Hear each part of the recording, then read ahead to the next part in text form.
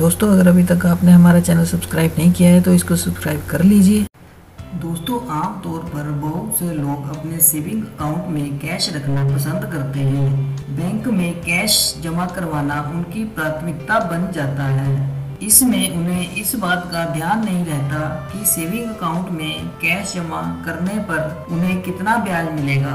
आमतौर पर saving account में बैंक 4% इंटरेस्ट देते हैं। कुछ बैंक 5% और कुछ 6 और कुछ तो 7% तक भी इंटरेस्ट देते हैं, लेकिन आम लोगों को इसके बारे में ज़्यादा पता नहीं होता। आज हम आपको बता रहे हैं कि कोटक महिंद्रा बैंक अगर आप 1 लाख रुपए तक की जमा राशि पर 5% और 1 लाख से ऊपर की रकम पर 6% इंटरेस्ट देता है, वहीं यस बैंक 7% का इंटरेस्ट देता है। सेविंग अकाउंट में जमा कराने के अलावा कुछ और भी ऑप्शन होते हैं जहां आपको ज़्यादा रिटर्न मिलती है।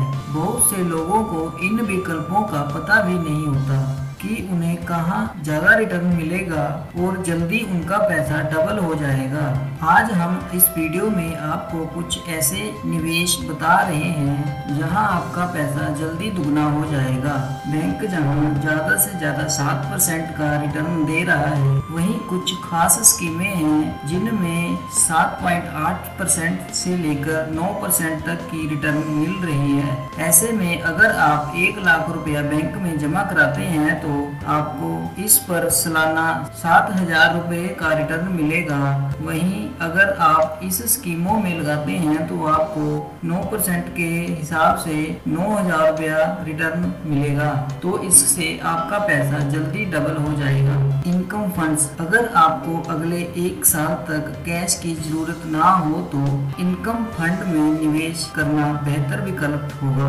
इसके तहत आप शॉर्ट टर्म, मीडियम टर्म और लॉन्ग टर्म विकल्प में निवेश कर सकते हैं, जिस पर आपको 9% तक की रिटर्न आसानी से मिल सकती है। हालांकि एक तय समय से पहले अगर आप इन्वेस्टमेंट तुड़वा लेते हैं तो आपको 1% की पेनल्टी देनी पड़ेगी। इसलिए शॉर्ट टर्म, मीडियम टर्म और लॉन्ग टर्म स्कीम के बारे में पहले पता करना ठीक रहेगा।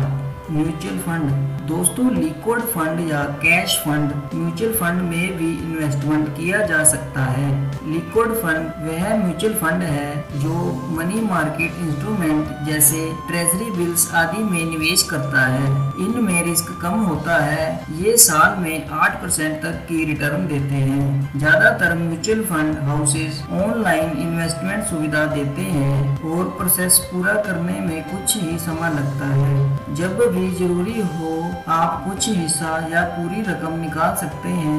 वहीं सरप्लस कैश होने पर आप ज्यादा निवेश कर सकते हैं। Equity mutual fund, arbitraging fund एक तरह का इक्विटी म्यूचुअल फंड होता है। ये फंड कैश मार्केट और स्पॉट मार्केट के बीच के अंतर को खत्म करने के लिहाज से एक बेहतर ऑप्शन है। इस फंड का कंसेप्ट है कि कम पर खरीदो और ज्यादा पर बेचो।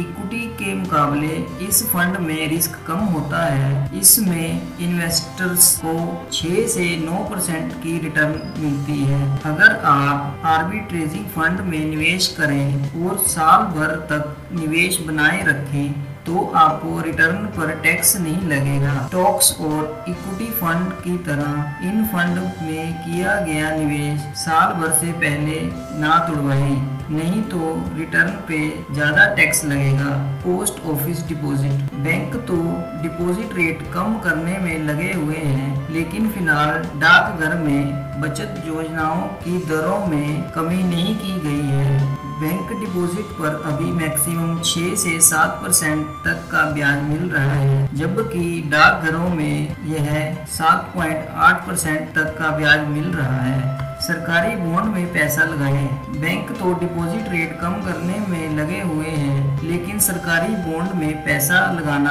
आपके लिए बैंक से ज़्यादा बेहतर विकल्प हो सकता है।